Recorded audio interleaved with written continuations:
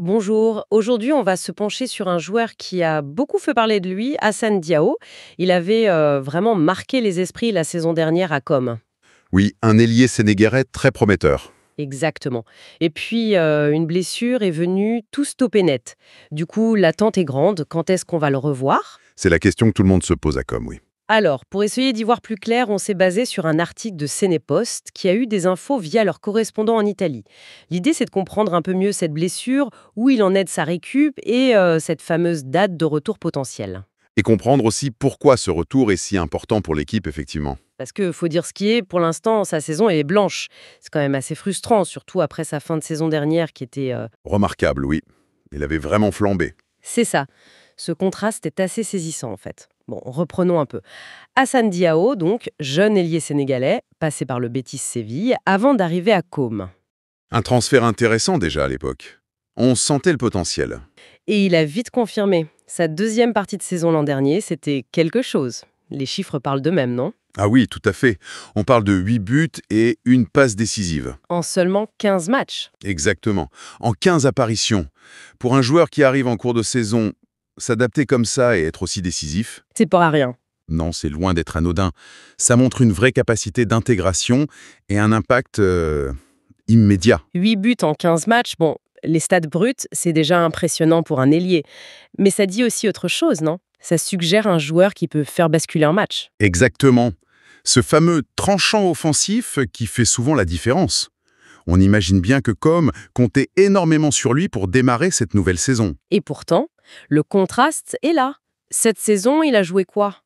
Très peu. Sa seule apparition, c'était tout au début, en Coupe d'Italie contre Sud-Tyrol.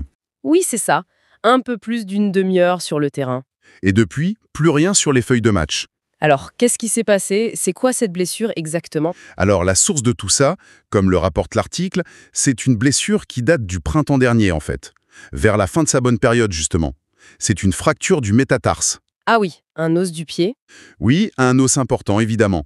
Surtout pour les appuis, les démarrages, les changements de direction, tout ce qui fait le jeu d'un ailier vif comme lui. D'accord. Et visiblement, ça ne s'est pas passé comme prévu pour la guérison? C'est le point clé. Oui, la guérison, elle prend plus de temps. L'article insiste là-dessus.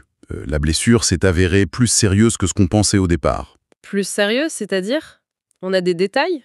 L'article ne précise pas exactement. Ça peut être une fracture plus complexe, l'os qui met plus de temps à se consolider, peut-être un souci ligamentaire associé, on ne sait pas. Mais le résultat est là. La récupération a été plus longue. Et les conséquences, du coup? Conséquence directe, il a raté toute la préparation d'été. C'est quand même crucial ça pour la saison. Ah oui, c'est la base. Voilà. Et logiquement, il a manqué tous les premiers mois de compétition. C'est un gros handicap, et pour lui, et pour l'équipe, qui doit faire sans un de ses atouts offensifs majeurs. Fracture du métatarse pour un ailier, c'est pas anodin, on imagine bien. Et cette guérison plus longue, ça rajoute de l'incertitude, justement, où on en est concrètement là, niveau calendrier. Alors, l'article de Sénépost donne une estimation, une sorte de fenêtre. Actuellement, on espère une fin de convalescence pour la fin octobre. C'est l'objectif. Fin octobre, d'accord. Mais, et ça, c'est vraiment le point important souligné dans l'article, il y a une nouvelle consultation médicale qui est prévue mi-octobre. Ah d'accord, un check-up décisif en quelque sorte. C'est exactement ça. C'est ce rendez-vous qui va permettre d'évaluer précisément où en est la consolidation, comment le pied réagit, et c'est là qu'on donnera ou pas le feu vert pour intensifier et envisager un retour à la compétition. Donc si je comprends bien, fin octobre, c'est une perspective, un objectif quoi. Mais c'est pas du tout gravé dans le marbre. Tout dépend de cet examen de mi-octobre. Tout à fait. On est dans l'attente. L'optimisme est permis, mais la prudence reste de mise. Surtout pas brûler les étapes. Logique, après une blessure comme ça et une guérison compliquée? Oui, la priorité absolue, c'est d'éviter la rechute. Ça, ce serait terrible. Mais si, et seulement si, ce contrôle de mi-octobre est bon, alors oui, un retour pourrait être envisagé assez vite. Et l'article donne une idée de date si ce contrôle est positif? Oui, il s'aventure même à donner une date précise. Si le calendrier de fin octobre se confirme, le retour pourrait avoir lieu le samedi 1er novembre. Le 1er novembre. Intéressant. Et comme joue contre qui ce jour-là? Et c'est là que ça devient assez croustillant, on va dire. Le 1er novembre, Com se déplace à Naples. Ah oui, quand même. Au stade Maradona. Exactement. Pas n'importe quel match, pas n'importe quel stade. Naples, c'est du lourd, et jouer là-bas, C'est symbolique? voilà, c'est ça qui est fascinant. Revenir après des mois d'absence, une blessure sérieuse, et revenir directement pour un choc pareil, à l'extérieur, dans ce stade mythique. Ce serait un scénario de fou. Presque cinématographique, oui. Ça montrerait une énorme confiance du staff, mais ça mettrait aussi une pression dingue sur le joueur, forcément. C'est clair, hein, un retour direct sous les projecteurs, c'est à double tranchant, hein. Soit il marque les esprits directs, soit c'est compliqué s'il n'est pas à 100%. Mais bon, avant d'en arriver là, si la cible c'est le 1er novembre, ça veut dire qu'il a encore manqué des matchs. Oui, l'article les liste. Si Diao revient seulement début novembre, il rate encore 3 matchs de championnat. Lesquels? D'abord, le match à domicile de Côme, juste après la trêve internationale, là, le 19 octobre.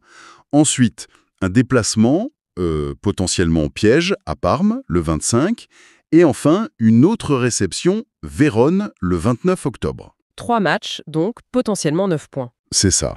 9 points en jeu où Côme devra encore se débrouiller sans lui, ce n'est pas négligeable. Quand il reviendra, début novembre donc, il rejoindra l'effectif de Cesc Fabregas qui aura déjà joué pas mal de matchs sans lui. On comprend mieux l'impatience alors. Vous parliez de son impact l'an dernier. Au-delà des 8 buts, qu'est-ce qu'il apporte de si spécial au jeu de Côme pour qu'on l'attende autant? C'est une très bonne question. Les 8 buts en 15 matchs, bon, c'est le chiffre qui frappe, c'est clair. C'est un super rendement pour un ailier. Ça montre qu'il est décisif, qu'il sent le but. Mais son apport, ça se limite sans doute pas qu'aux stats. Un allié comme lui, ça apporte souvent de la percussion, de la vitesse, cette capacité à éliminer en 1 contre 1, à créer des différences, quoi. D'accord. Et on peut se poser la question un peu rhétorique, mais quand même. Qu'est-ce qui a manqué à Côme offensivement ces derniers mois? Est-ce qu'il manquait de profondeur sur les côtés? De quelqu'un pour faire la différence tout seul? Son absence, ça a sûrement obligé Fabregas à s'adapter, à utiliser d'autres joueurs différemment. Oui, ça force à trouver d'autres solutions. Si on regarde la situation d'ensemble, le retour d'un joueur comme ça, qui apporte cette variété, ce danger constant sur un côté, ça peut vraiment changer la dynamique d'une équipe. Ça offre plus d'options. Voilà, plus d'options tactiques, ça peut étirer les défenses adverses, libérer des espaces pour les autres attaquants. Son absence a peut-être rendu l'attaque de Côme un peu plus prévisible. Donc son retour, oui, ça pourrait être un vrai catalyseur. C'est très clair. Donc on n'attend pas juste ses buts, mais tout ce qu'il apporte au jeu offensif. Mais on y revient toujours, cette prudence nécessaire. L'examen de mi-octobre reste la clé. Exactement, c'est le juge de paix. Le scénario du retour le 1er novembre contre Naples, c'est beau sur le papier, c'est l'hypothèse optimiste. Mais faut pas s'emballer, on attend le feu vert médical. La santé du joueur avant tout. Une reprise trop tôt, ce serait la pire des choses. Et puis, cette situation, au-delà de Dio lui-même, elle est intéressante sur la gestion des blessures longues, non? Ah oui, tout à fait. Comment un club gère ça? L'absence d'un joueur clé sur lequel tu comptais. Comment tu planifies le retour? La charge d'entraînement progressive. Comment tu gères la pression autour? Les attentes? Surtout pour un joueur comme lui. Oui, c'est ça. Il arrive du Betis, il s'impose vite, il a un gros impact, et pouf, il disparaît à cause de la blessure. L'équipe a dû apprendre à jouer sans lui, et maintenant il faut préparer sa réintégration. C'est pas juste physique, j'imagine. Non, c'est aussi tactique, retrouver les automatismes, et psychologique, retrouver la confiance, gérer l'appréhension peut-être. C'est un vrai défi pour tout le monde, le staff technique, le médical et le joueur lui-même. Là-haut, on a un ailier sénégalais, très influent pour Côme la saison passée, Oui, stoppé net par une fracture du métatarse au printemps, une blessure qui s'est avérée plus sérieuse que prévu. c'est ça. Sa convalescence arrive peut-être à son terme, on espère un retour fin octobre, tout début novembre, avec cette date un peu symbolique du 1er novembre à Naples comme possibilité, Une possibilité, oui. mais condition sine qua non, le résultat de la consultation médicale de mi-octobre. Et en attendant, il manquera encore au moins 3 matchs de championnat à Côme. C'est une bonne synthèse des faits, oui. Et pour finir, peut-être ouvrir sur une réflexion qui va un peu au-delà du calendrier. Oui, Une fois qu'il sera déclaré apte, la vraie question, ce sera est-ce qu'il va retrouver rapidement le niveau exceptionnel qu'il avait avant sa blessure? Et surtout, est-ce qu'il pourra le maintenir? c'est vrai que revenir d'une fracture du métatarse pour un joueur explosif, Ce n'est jamais simple. Il faudra du temps pour retrouver le rythme, la pleine confiance dans ses appuis, dans ses dribbles, ses accélérations. C'est aussi un défi mental, après une si longue pause.